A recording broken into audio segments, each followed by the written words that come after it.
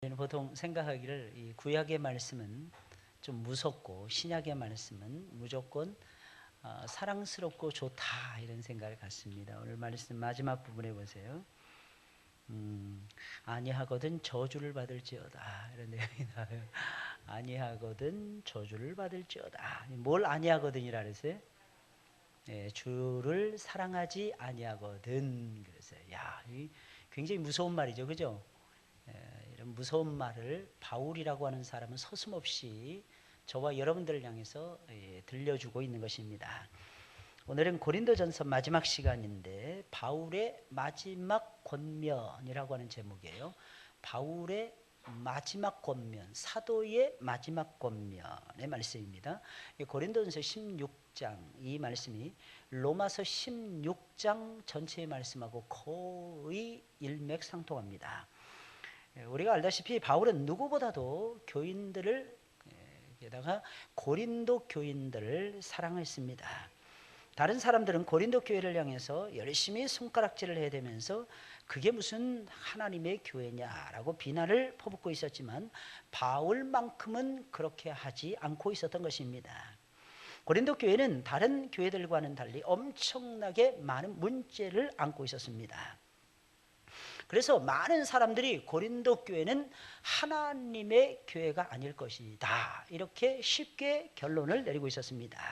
하지만 바울은 그렇게 하지 않았다는 것입니다. 바울이라고 하는 사람은 그들을 끝까지 포기하지 아니하고 계속해서 그들에게 하나님의 위대하신 사랑을 부어주고 있었던 것입니다. 고린도 교인들은 바울이 아는 것 이상으로 음란하고도 음란한 사람들이었습니다. 그들은 전혀 소망이 보이지 않는 사람들이었습니다. 그럼에도 불구하고 사도 바울은 그들을 끝까지 포기하지 않고 끝까지 붙들고 있었던 것입니다. 오늘 본문의 말씀을 보게 되면 고린도 교인들을 향한 사도 바울의 마지막 권면의 말씀이 나오고 있습니다. 물론 이후에 그는 고린도 후서를 또다시 쓰고 그 중간에도 편지 한 통을 더 보내기는 했지만 이때까지만 해도 이 편지가 고린도 교회를 향한 바울의 마지막 말씀이었습니다. 따라서 이 부분의 말씀이 문제가 많은 고린도 교회를 향한 사도 바울의 마지막 권면, 마지막 말씀이라고 볼 수 있을 것입니다. 사도 바울은 문제투성이인 고린도 교회를 끝까지 포기하지 아니하고 마지막 권면의 말씀을 던져주고 있었던 것입니다. 다른 사람들은 어떻게 생각했는지 몰라도 바울은 하나님의 역사가 작은 권면의 말씀을 통해서 이루어진다고 생각하고 있었던 것입니다. 소망이 보이지 않는 사람들을 변화시키려면 계속해서 말씀과 사랑을 부어주어야 한다. 이 사실을 바울이라고 하는 사람, 사도적 입장에서, 목회자의 입장에서 잊어버리지 아니하고 가슴판에 새기고 있었던 것입니다. 그래서 그는 고린도 교인들을 향해서 마지막 권면, 마지막 말씀을 던져줄 수가 있었던 것입니다. 여러분, 우리 주변에도 소망이 보이지 않는 사람들이 얼마나 많이 있는지 모릅니다. 이상하게 내가 변화되는 것은 소망이 보였을 것이다 라고 생각을 하면서도 다른 사람들의 모습을 바라보면 소망이 안 보인다, 이렇게 우리는 너무나도 쉽게 속전속결로 속단해버릴 때가 너무나도 많더라는 것입니다. 아니에요. 여러분들에게도 올챙이적의 시절이 있었다는 것을 기억하시길 바랍니다. 언제 그걸 알 수 있느냐? 개구리가 움츠렸다가 쫙 뻗어서 뛰어갈 때 보면 알 수가 있습니다. 전체가 올챙이처럼 일자가 되더라고요.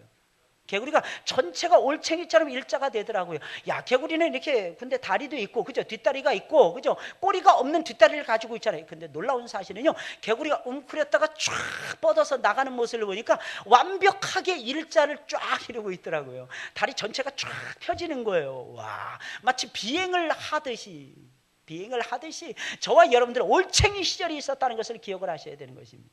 여러분들도 쉽게 안 변했어요. 여러분들, 목사님 그런 말씀하지 마세요. 저는 쉽게 변했습니다. 예수 믿은 지 얼마 안 돼서 나는 성경을 다 이해를 했고 이해할 수는 있을 것입니다. 나는 예수 그리스도를 영접했고 영접할 수 있을 것입니다. 나는 성령이 충만해지려고 노력했을 것입니다. 그런데 안 되는 거 어떻게 합니까? 안 되는 거 어떻게 해요? 10년이 지나도 안 변하는 걸 어떻게 합니까? 20년이 지나도 계속 졸고 있는 내 모습이 발견되는데 어쩌란 말입니까? 30년이 지나가도 뭐 조그만 일만 벌어져도 털어져 있고 삐져 있고 B형도 아닌 사람들이 O형이라고 내거는 사람들이 주로 그렇게 삐져 있더라고 하는 사실입니다. 많은 사람들이 말을 합니다. 나는 가슴이 태평양처럼 넓어요. 종지만큼만 되었으면 참 좋겠습니다. 종지만큼만 되었으면. 어떤 때는 보이지 않는 점일 때가 많아요. 점일 때가 있어요. 가슴이. 그러니까 남이 하는 것에서 못마땅하는 거야. 너무 쉽게 말씀하면 남의 눈에 있는 티는 너무 쉽게 잘 보는 것이고 내 눈 속에 있는 들보는 전혀 보지 못하는 것입니다. 대부분 말을 할 때 이러릅니다. 내 말 좀 들어줘, 내 말 좀 들어줘. 그럼 누가 말을 들어줘야 되는 거야? 모든 사람들이 내 말 좀 들어줘, 내 말 좀 들어줘 하면 누가 말을 들어줘야 되는 거야? 전부 다 말을 들어달라고 말하고 싶어 하는데 말입니다. 제가 봤을 때 영양 과잉인 것 같아요. 기운이 남아도니까 말하기를 좋아하는 거예요. 기운이 없잖아요. 그럼 말하기 싫어집니다. 말하기 싫어져요. 굉장히 피곤해 보세요. 피로가 누적되어 보세요. 그러면 아마 말하고 싶지도 않을 것입니다. 근데 영양이 과다하게 막 몸속으로 들어가니까 말하고 싶어가지고 환장을 하는 거예요. 말하고 싶어서 미치는 거예요. 여러분, 우리 주변에도 소망이 전혀 보이지 않는 사람들이 분명히 있을 것입니다. 그들을 변화시키는 마땅한 방법이 생각이 나지 않아서 고민하는 사람들이 분명히 있을 것입니다. 그런 사람들에게 우리가 해줄 수 있는 것이 무엇입니까? 중간에 포기하지 아니하고 계속해서 하나님의 말씀을 들려주는 것입니다. 계속해서 하나님 말씀 들려주는 것입니다. 그럼 분명히 때가 되면 그 사람 변화되고야 말 것입니다. 여러분, 이 사실을 누구보다도 잘 알았던 사람이 누구냐? 바울이라고 하는 인물이었다고 하는 사실입니다. 바울이 그랬어요. 왜 바울이 이랬을까요? 바울은 자신은 그리스도 예수를 다메섹 도상에서 만난 사람이었어요. 20년 넘도록 하나님의 복음만을 위해서 충성을 다하고 봉사를 다했던 사람이었습니다. 그럼에도 불구하고 고린도 교인들 향해서 편지를 쓸 때 이상하게 감정이 오르락 내리락 할 때가 한두 번이 아니었다고 하는 사실입니다. 나중에는 막 묘사를 합니다. 내가 너희에게 갈 때 매를 들고 가랴, 뭘 가져가랴. 여러분, 어떻게 목회자가 사람을 때릴 수 있습니까? 그건 목회자로서 가치가 없는 거예요. 정신이 완전히 나가버린 목회자인 거예요. 그런데 바울이 때리고 싶어서 매를 들고, 그러니까 바울같이 위대했던 사람이 바울같이.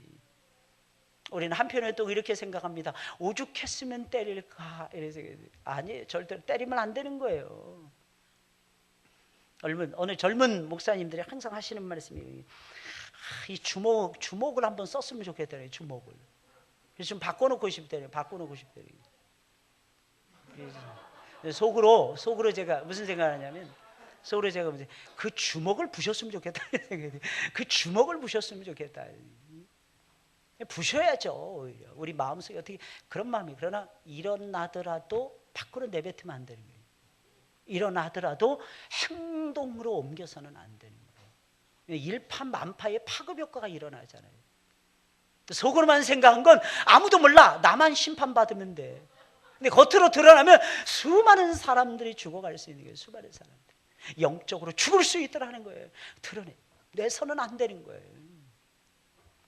여러분들이 저를 보셨을 때 굉장히 인자하고, 그죠? 참을성 많고, 그렇게 보이죠? 그렇게 안 보이시나? 굉장히 많이 참는다고 참는데도 못 참을 때가 너무 많아요. 못 참을 때가. 아니, 어떻게 보면 안 참는 거예요. 못 참는 게 아니라 안 참는 거예요. 왜? 어떻게 그럴 수가 있을까라고 생각을 하는 거거든요. 근데 여러분, 그 생각 가지면요, 한 사람도 바꿀 수가 없다는 것을 우리가 기억을 해야 됩니다. 사람을 바꾸려면요, 하나님 말씀 계속 부어주면서 기다려야 되는 거예요. 이 놀라운 사실을 바울이라고 하는 사람이 잘 알고 있었더라는 것입니다. 그래서 지금 고린도 교인들을 향해서 마지막 최후의 권면의 말씀을, 제 딴에는 이게 마지막이라고 생각하고 이 말씀을 지금 들려주고 있는 거예요. 근데 물론 마지막이 아니었습니다. 마지막이 아니었어요. 근데 바울 딴에는 이게 마지막이다 생각을 하고 하나님의 말씀을 선포하고 있는 것입니다. 그럼 사도 바울은 고린도 교인들에게 뭐라고 최후의 말씀을 통해서 권면하고 있었습니까? 첫째로 바울은 고린도 교인들에게 믿음과 사랑을 강조하면서, 무엇을 강조한다고요? 믿음과 사랑을 강조하면서 신앙의 균형이 잡힌 인물이 되라 라고 권면했다고 하는 사실입니다. 믿음과 사랑을 동시에 강조하면서 균형 있는 인격자, 균형이 잡혀있는 신앙인이 되라라고 강조했다는 것입니다. 이게 무슨 말이에요? 마지막 권면이니까 신앙인이 되라는 거죠. 신앙인이 되시기를 예수님의 이름으로 축원을 드립니다. 신앙인이 되세요. 신앙인이. 마지막이라는 거예요. 여러분, 자녀들을 향해서 지금 마지막 유언의 말씀을 지금 들려주고 있는 겁니다. 여러분, 구약은 구약의 유언의 말씀이에요. 신약은 신약의 유언의 말씀입니다. 그래서 올드 테스터먼트라고 그러고 뉴 테스터먼트라고 얘기하는 것입니다. 이게 무엇을 유언의 말씀이라고 하는 뜻입니다. 유언의 말씀. 유언의 말씀 뭐를 여러분들이 들려주기를 원하십니까? 여러분들, 바울이라고 하는 사람은 그 유언의 말씀을 지금 들려주고 있는데 신앙인이 되라는 것입니다. 근데 어떤 신앙?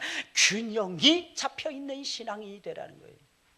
어느 한쪽에 치우치는, 감정에 치우치거나 지성에 치우치거나 아니면 의지에 치우쳐서 너무 지나치게 치우쳐서 고집불통인 인물이 되라 이러는 것이 아니라 균형이 잡혀있는 신앙이에요. 근데 그 균형이 도대체 무엇입니까? 믿음과 사랑의 균형이 잡혀있는 인물이 되라는 것입니다. 오늘 본문 13절 14절 말씀이에요. 우리 다 같이 읽어볼까요? 시작.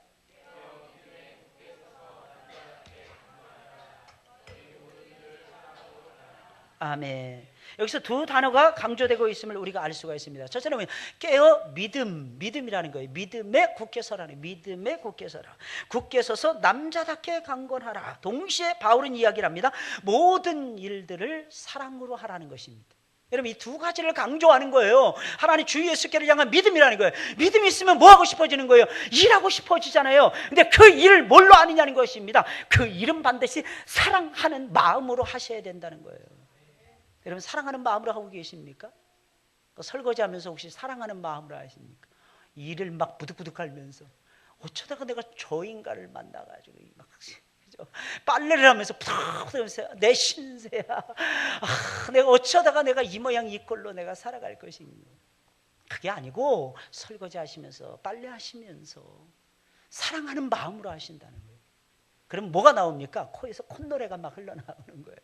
막 기쁘고 기쁜 거예요. 즐겁고 즐거운 것입니다. 왜? 사랑하는 님을 위해서 하고 있으니까. 목사님, 그 말도 되지 않는 말씀을 이렇게 하십니까? 아니에요. 우리 주변에 있는 모든 사람들을 하나님이 우리 곁에 붙여주신 이유가 있더라는 거예요. 사랑하라고 붙여주신 거예요. 사랑하라고. 여러분, 이 세상 살아가면서 후회되는 것이, 마지막에 후회되는 것이 한 가지가 있다고 합니다. 이게 뭐냐면 사랑할 수 있는데도 불구하고 사랑하지 못했다는 거예요.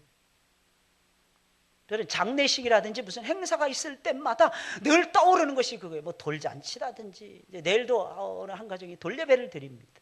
돌잔치를 하든지 팔순잔치, 육순잔치, 칠순, 아니면 장례식을 거행을 하든지 항상 떠오르는 것이 있는데 두 글자가 딱 떠오르는 거예요. 그러면 사랑이라는 거예요. 사랑. 아이들에게도 어렸을 때부터 이 아이가 사랑받고 커야지. 이제 크다가 얘가 더 사랑이 필요하지. 결혼할 때도 가장 필요한 요소가 사랑이. 계속 살다가도 필요한 것이 사랑이라고 하는 사실입니다. 마지막 하나님 앞에 가기 직전에도 우리의 마음속에 살아있어야만 되는 것이 있는데 꼭 한 가지, 사랑하는 마음이라고 하는 사실입니다. 일하실 때 여러분들 사랑하는 마음으로 일하시길 예수님의 이름으로 축원을 드립니다. 믿음에 굳게 서서 남자답게 강건하면서도 모든 일을 사랑으로 행하는 균형이 잡힌 그리스도인이 되라는 것입니다. 이것이 바울이 던졌던 마지막 권면의 말씀이었습니다. 바울은 고린도 교인들이 남자답기를 원했던 거예요. 남자다우려면 어떻게? 믿음이 강해져야 되는 거예요. 믿음이 약해져서는 안 돼요. 근데 거꾸로 하지 않습니까? 여러분들 거꾸로 믿음은 한없이 약해지고, 그죠? 믿음은 한없이 약해지고 사랑하는 마음은 없어져 가고 이러면서 저와 여러분들이 살아가고 있지 않습니까? 바울은 거기에 대해서 지금 뭐하고 있느냐? 염려하고 있다는 것입니다. 모든 것의 출발이 믿음에서부터 시작이 되기에 바울은 믿음을 지금 강조할 수밖에 없는 거예요. 여러분, 왜 우리가 행동하지 못하는 것입니까? 아주 간단해요. 믿음이 없으니까 행동이 안 되는 거예요. 왜 예배 드리는 것이 어려워지는 것입니까? 왜 예배의 즐거움을 우리가 만끽하지 못하는 것입니까? 믿음이 약해서 그런 거예요. 믿음이. 사랑하는 여러분들, 제발 믿음을 가지시길 예수님의 이름으로 축원을 드립니다. 그럼 왜 믿음이 약해진 것입니까? 여러분 잘 보세요. 왜 믿음이 약해졌는가 한번 생각해 보세요. 환경이? 아니면 나를 시험에 들게 만드는 누군가가 나를 힘들게 해서? 아니면 여러분들이 계획했던 일들이 갖가지 플랜을 잔뜩 짜놨는데 그 중에서 하나님께서 10%도 이루어지지 않으셔서? 성공하지 못해서 내 꿈이 성취가 안 돼서? 아닙니다. 무엇 때문이냐? 하나님 앞에 나오지 못하는 이유는 믿음이 진보하지 못하고 믿음이 퇴보해서 그렇다고 하는 사실입니다. 사람 타령하지 마세요. 환경 타령하지 마세요. 우리에게 정말 믿음이 있어야만 된다고 하는 사실입니다. 근데 그 믿음은 어디서 오는 것입니까? 그 믿음은요, 하나님의 선물이라 그랬어요. 그럼 그 선물 하나님이 언제 주십니까? 처음에는 그냥 하나님 막 주십니다. 근데 시간이 지나면요, 하나님 절대로 그렇게 막 주시지 않습니다. 어떻게 주십니까? 하나님께서 성경을 가까이 해야만이 주신다고 하는 사실입니다. 말씀을 읽고 듣고 그 가운데서 지키는 자가 뭐가 있다 그랬어요? 복이 있다 그랬어요. 복이 있다 그랬어요. 어디 나오는 말씀이에요? 이 말씀이. 예? 어디에 나와요? 요한계시록. 역시 졸면서도 우리 이전 선생님 정확하게 딱딱 찍으세요. 요한계시록 1장, 요한계시록 1장에 나오는 말씀입니다. 여러분, 그러면 여러분들 복 있는 사람입니까? 한번 뒤돌아봐서 한번 생각해보세요. 오늘 하루 성경을 한 장이나 읽었나? 안 읽으신 분들은 복이 없는 분들이에요. 근데 다행스러운 것은 여러분들 지금 하나님의 말씀을 읽었잖아요. 읽고 지금 말씀을 묵상하고 있잖아요. 그러니까 예배는요, 어떤 때는 억지로라도 드려야 되는 거야. 그래야만이 뭐가 생기는 거예요? 너무 멀리 뛰시네. 너무 멀리 뛰셔. 그렇게 하면 뭐가 생긴다고요? 믿음이 생긴다는 거예요. 믿음이 생긴다는 거예요.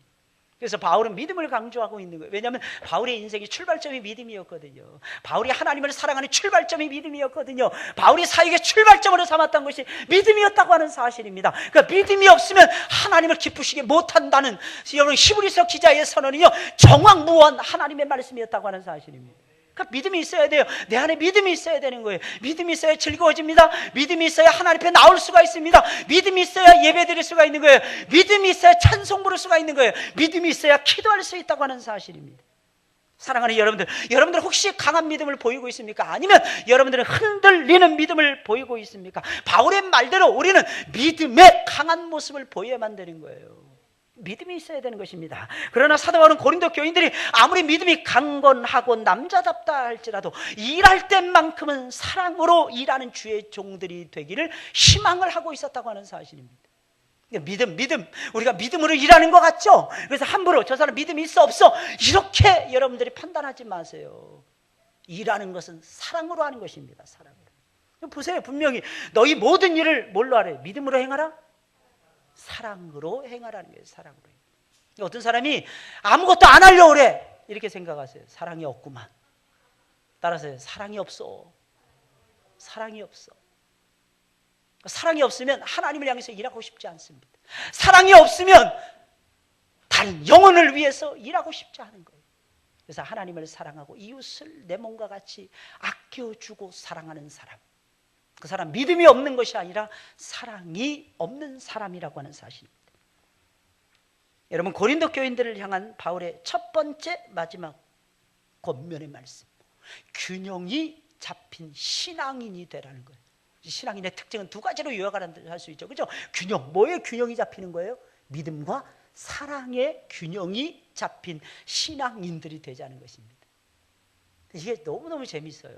저는 이 성경을 이렇게 정리하면서 하나님 말씀 진짜 대단하다. 진짜 대단하다.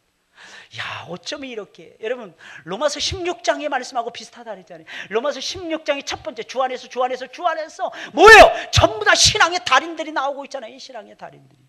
첫 번째 하나님께서 우리에게 요구하는 권면의 말씀, 신앙인이 되라는 것입니다. 어떤 신앙인? 균형이 잡혀있는 신앙인. 그 신앙인은 두 가지 특징이 있다는 거예요. 첫째 무엇입니까? 믿음이 강해진다는 거예요. 사랑에 힘이 있다고 하는 사실입니다. 이 놀라운 역사를 여러분들이 이루어 가시길 예수님의 이름으로 축원을 드립니다. 둘째로 사도 바울은 고린도 교인들에게 섬기기를 다하는 주의 종들이 되라 권면하고 있어요. 섬기라 이겁니다. 신앙을 가졌으면 섬겨야만 되더라고 하는 사실입니다. 오늘 15절 18절에 있는 말씀이에요. 우리 다 같이 읽어볼까요? 시작. 형제들아, 스데바나의 집은 곧 아가야의 첫 열매요 또 성도 섬기기로 작정한 줄을 너희가 아는지라. 내가 너희를 권하노니 이 같은 자들과 또 함께 일하며 수고하는 모든 자에게 복종하라. 내가 스데바나와 부두나도와 아가이고에 온 것을 기뻐하노니 저희가 너희의 부족한 것을 보충하였음이니라. 저희가 나와 너희 마음을 시원케 하였으니 그러므로 너희는 이런 자들을 알아주라. 여러분, 사도 바울은 스데바나의 집사람들은 아가야의 첫 열매였다고 소개를 하면서 이들은 성도를 섬기기로 작정한 사람들이라고 소개를 하면서 이들을 한껏 높여주고 있습니다. 여러분, 높여주었던 이유가 무엇입니까? 성도를 섬기기로 작정을 하고 실제로 그렇게 살고 있었다는 거예요. 여러분, 실제로 우리가 성도를 섬기려면 어떻게 해야 된다는 얘기예요? 작정이 먼저라는 거예요. 작정. 사람들은 작정하기를 두려워합니다. 혹시 내가 못 지키면 어떡하지? 따라서 하겠습니다. 못 지키면 매를 맞겠지 뭐. 그럼 매를 맞으면 어떻게 되는 것입니까? 매를 맞으면 회개하겠지 뭐. 회개하다 보면 어떻게 될까요? 회개하다 보면 작정한 대로 살겠지 뭐. 할렐루야, 할렐루야. 여러분, 이것이 우리들의 삶의 모습이라는 것입니다. 그러니까 뭐 해야 돼요, 말아야 돼요? 뭘? 작정을 해야 되는 거예요, 말아야 되는 거예요? 안 하고 살면 얼마나 좋겠습니까? 그죠? 안 하고 하면 진짜 좋겠죠. 근데 안 한 것들은 안 한다니까. 그러니까 어떻게 해야 돼? 작정을 해야 되는 거예요. 이걸 뭐 결심이라고 얘기하는 거예요. 하나님 우리에게 의지를 주셨습니다. 이 의지를 사용해서 우리가 결심하셔야 돼요. 결심하고 어떻게 해야 됩니까?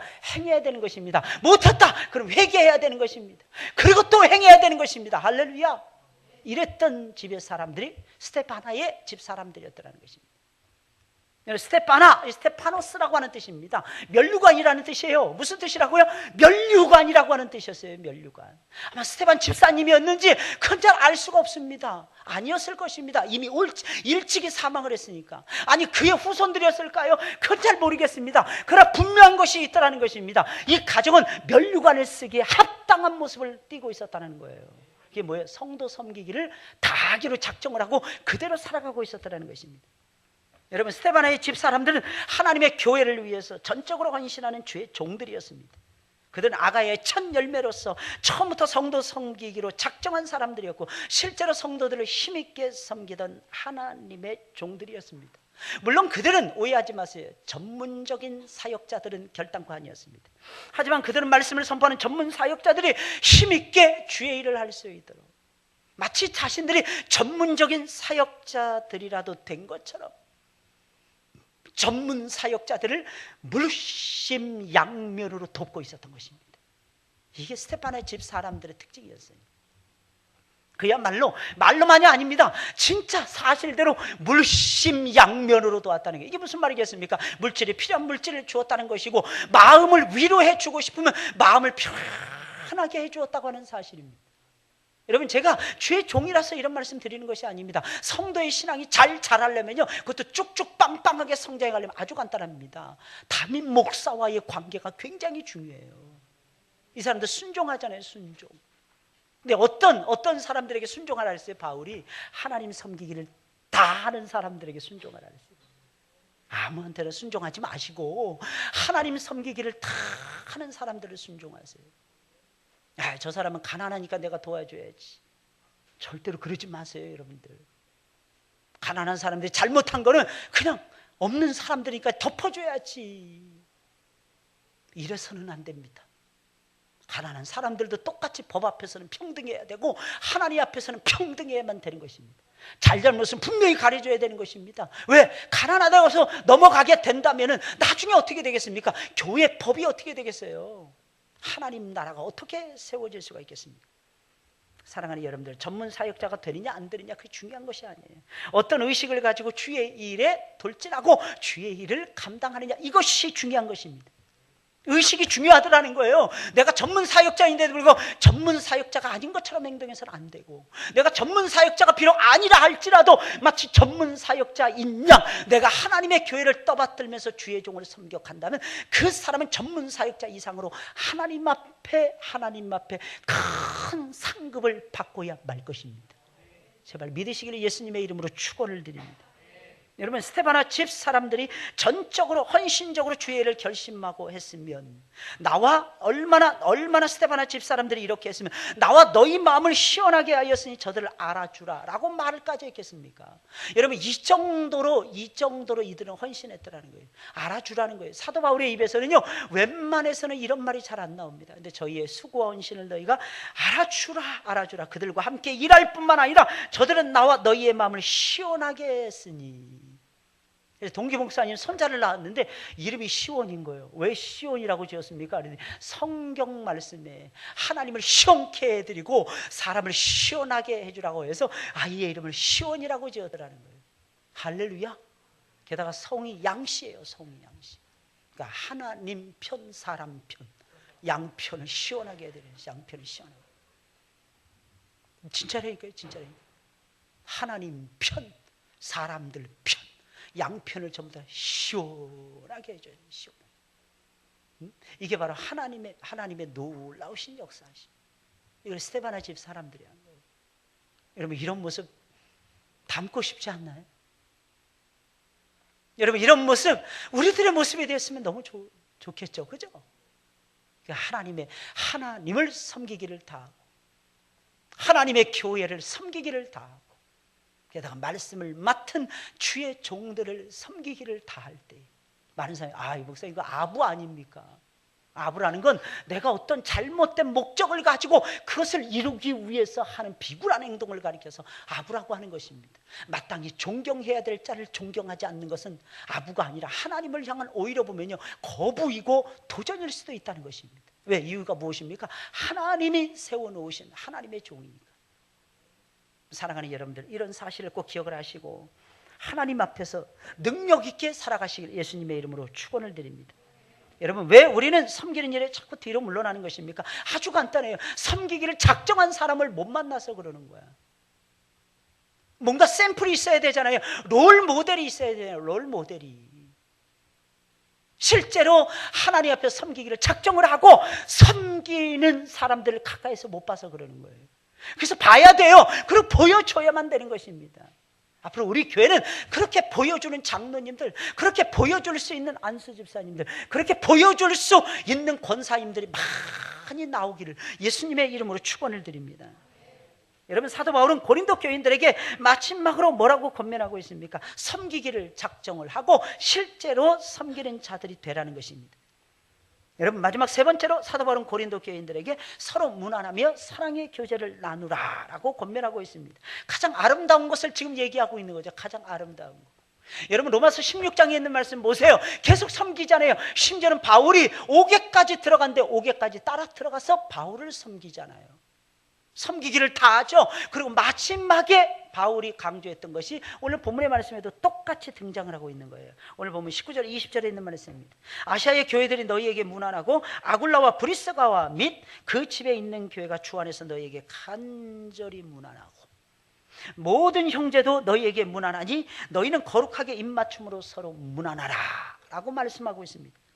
여러분, 사도 바울은 고린도 교인들에게 여러 교회들과 주의 종들의 인사를 전달을 하면서 너희는 거룩하게 입맞춤으로 서로 무난하라 라고 권면하고 있습니다. 당시의 사람들은 애정을 표시할 때나 화합, 서로 하나됨을 표시할 때나 존경을 표시할 때는 이마나폴에 뽀뽀를 하면서 뜨거운 인사를 나누었다고 합니다.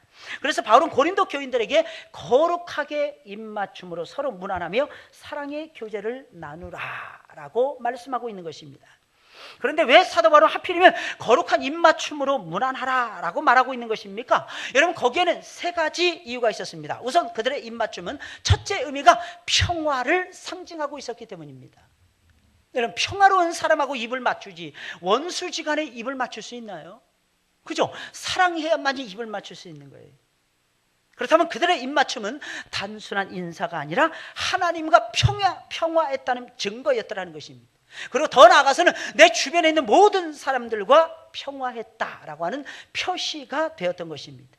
그러니까 입맞춤의 뜻은요, 평화로운 관계, 이런 뜻이 있었다는 것입니다. 또한 그들의 입맞춤은 하나됨의 표시였습니다. 화합이었습니다. 그들이 입을 맞추며 인사를 나눈 것은 그들이 주 안에서 하나가 되었음을 나타내는 고결한 표시가 되었다는 것입니다. 그리고 그들의 입맞춤은 믿음을 굳세게 지켜가시자, 우리의 믿음을 굳세게 지켜갑시다 라고 하는 뜻의 위로와 격려의 표시였다는 것입니다. 여러분, 초대교회 성도들은 하나님과 평화했던 거예요. 그 평화를 입맞춤으로 나타냈다는 거예요. 그들이 주 안에서 하나가 되었음을 선포를 했다는 거예요. 뭘 통해서? 입맞춤을 통해서. 그리고 서로를 위로하고 격려하고 세워주기 위해서 서로 입을 맞추며 사랑의 교제를 나누었다는 것입니다. 그러니까 세 가지 목적이 있는 거예요. 첫째는 평화라는 거예요. 둘째는 화합이라는 것입니다. 셋째는 위로와 격려의 의미가 있었다는 것입니다. 여러분, 그렇게 살아가시길 예수님의 이름으로 축원을 드립니다. 아름답죠? 이 교제를 나누려면 이렇게 아름다운 교제를 나눠야 돼요. 거룩한 입맞춤으로 사랑의 교제를 끝까지 나누라는 것입니다. 하다 보면 싫어지는 거예요. 왜? 저 사람은 입냄새가 나서 싫어. 그럴 수 있잖아요. 저 사람 가까이 오면은 이상하게 기분이 나빠져. 저 사람은 나하고 생각하는 것이 너무너무 달라. 말하고 행동하는 것은 말할 것도 없어. 우리는 전부 다 다른 존재들이잖아요. 그래서 사랑을 포기하십니까? 여러분, 사랑을 포기하잖아요. 그럼 어떻게 되는지 아십니까? 내가 미워하는 그 사람이 지옥으로 떨어지는 것이 아니라 내 마음이 지옥에 가 있는 거예요. 내 마음이. 미워해 보셨습니까? 미워해 보셨을 때 그 마음은요, 미워해 보지 않은 사람은 알 수가 없습니다. 잘못은 상대방이 했는데 미워하는 내가 지옥에 앉아 있는 거야. 상대방은 하나님 앞에 회개한 거야. 그 용서받은 거야. 그 사람은 오히려 더 사랑을 행사하려고 애를 쓰고 있더라는 것입니다. 그 사람은 실패자가 아닌 거예요. 그럼 누가 실패자냐? 내가 실패자가 되는 거예요. 내가 실패자가 되는 거예요. 내가. 사랑은요, 멈추지 말고 계속해야 되는 거예요. 멈추지 말고. 상대방이 설령 상대방이 여러분들을 배신하고 떠난다 할지라도 사랑할 줄 알아야 돼요. 근데 우리는 어떻게 사랑하느냐? 배신할 것 같으니까 먼저 배신하는 거예요. 왜? 배신 당하면 내가 진다고 생각하는 거예요. 그래서 어느 드라마나 이런 데 보면 그런 내용 나오잖아요. 남녀간의 사랑에 빠졌습니다. 아, 이제 헤어지자. 그랬더니 며칠 후에 다시 만나자는 거예요. 내가 너 싫어졌어. 네가 찬 게 아니고 내가 찬 거야. 아, 그럼 뭐 마음이 편해집니까? 오히려 채이는 게 훨씬 더 나아요. 차보세요. 차보세요. 얼마나 힘든지. 굉장히 힘듭니다. 엄청나게 힘듭니다. 게다가 남자는 절대로 여자를 차시면 안 돼요. 왜냐하면 여자가 한을 품으면 5, 6월에도 서리빨이 내린대잖아. 5, 6월에도. 무서워요. 무서워요. 그래서 여자 조심하세요 이런 말도 있잖아. 그거 왜 그럴까요? 여자가 무서워서 그러는 거야. 여자가 한을 딱 품으면 하나님이 막 움직이셔. 빠른 속도로 막 천사들을 보내주셔. 그래서 여기도 쳤다 저기도 쳤다 하나님 막 치셔. 분주하게. 그러니까 약한 자들, 여자들, 어린아이들 소중히 여기는 사람들이 돼야 되는 것입니다. 이게 초대교회의 아름다운 모습이었어요. 뭘 나누라고요? 사랑의 교제를 나누라는 거예요. 신앙이 있으십니까 여러분? 그럼 일하세요. 제발 좀 섬기세요. 그러면 사랑하는 여러분들 섬기는 데서 그쳐야 되는 것입니까? 그게 아니라는 거예요. 그게 아니라는 거예요. 우리는 사랑의 아름다운 교제를 나눠야 되는 것입니다. 우리도 이렇게 성도의 아름다운 교제를 나눠야 될 것입니다. 우리가 꼭 알아야 하는 아주 중요한 것이 있는데 성도의 교제는 단순한 교제가 아니라는 거예요. 성도의 교제는 첫째, 하나님과 가까워지게 만듭니다. 하나님과 나를 가까워지게 만들어요. 두 번째, 믿음의 사람들과 하나가 되게 만듭니다. 여러분, 성도의 교제의 파워에 대해서 말씀을 드리는 거예요. 하나님과 가까워져요. 믿음의 사람들과 화합이 돼서 하나가 되게 만듭니다. 더 놀라운 사실은요, 서로를 위로하고 격려하는 최고의 교제라고 하는 사실입니다. 사람을 세워준다고 하는 사실입니다. 만약에 성도의 교제가 그렇지 못하다면 그렇게 나누는 교제는 미안하지만 진정한 의미에서의 성도의 교제가 아닌 것입니다. 어떤 교제를 여러분들 나누고 계십니까? 하나님과 가까워지는 교제를 나누고 계십니까? 여러분, 성도들끼리 더욱 하나가 되는 교제를 나누고 계십니까? 서로 격려하고 위로해 주는 교제를 나누고 계십니까? 그럼 여러분들 진짜 교제를 나누고 있는 거예요. 진짜 교제, 진짜 교제. 이상하게 교제했는데 만나기만 하면, 잘 보세요, 그 사람하고 만나기만 하면 하나님하고 이상하게 멀어지는 것 같아요. 그 사람하고 좋다고 하면서 만났는데 만나기만 하면 그 사람하고 나도 하나가 되지 않고 이상하게 그 사람이 싫어지는 마음이 계속 일어나고 그 사람도 나를 껄쩍지근하게 생각하는 것 같아. 더 나아가서는 내 마음이 자꾸 다운되는 것 같아. 격려, 위로 찾아볼 수가 없는 것 같아. 그럼 여러분들 그 교제 멈추셔야 됩니다. 아, 목사님, 내 평생에 공을 들인 친구인데요. 공들이다가 여러분들의 영혼이 죽는데, 공들이다가 아무 때나 공들이는 게 아니에요. 그때는 잠시 발을 떼세요. 뒷발, 뒷걸음질 좀 치세요. 그리고 하나님을 찾으세요.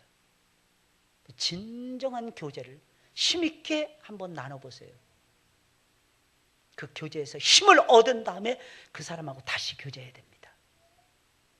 에이, 목사님, 안 될 것 같아요. 안 될 것 같아요. 아니요. 된다니까요. 된다니까요. 여러분, 성도의 교제는 하나님과 가까워지게 만들어요. 성도와 성도 사이를 연결시켜 줍니다.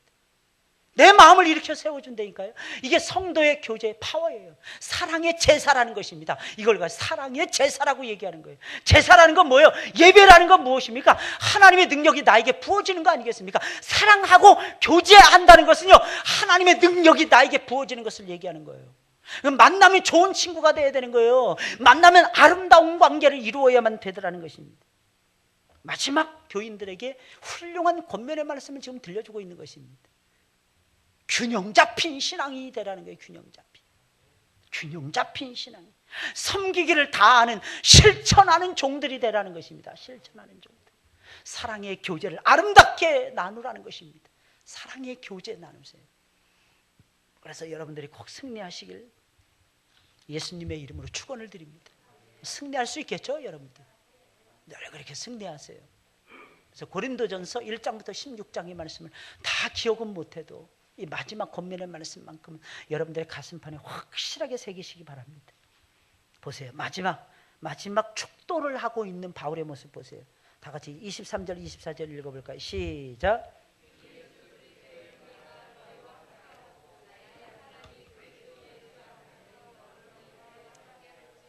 아멘, 아멘. 주 예수 그리스도의 은혜 그리고 나의 사랑이 그랬어요. 야, 바울이 그만큼 사랑했다는 거예요. 그만큼. 얼마만큼 사랑했다는 거예요?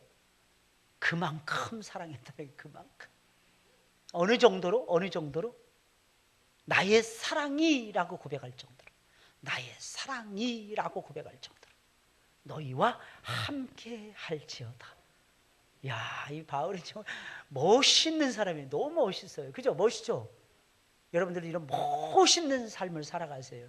제발 추한 삶을 살지 마시고 제발 멋있는 사람들이 되셔서 멋있는 삶을 살아가세요. 할렐루야. 예, 우리 찬양 드리겠습니다.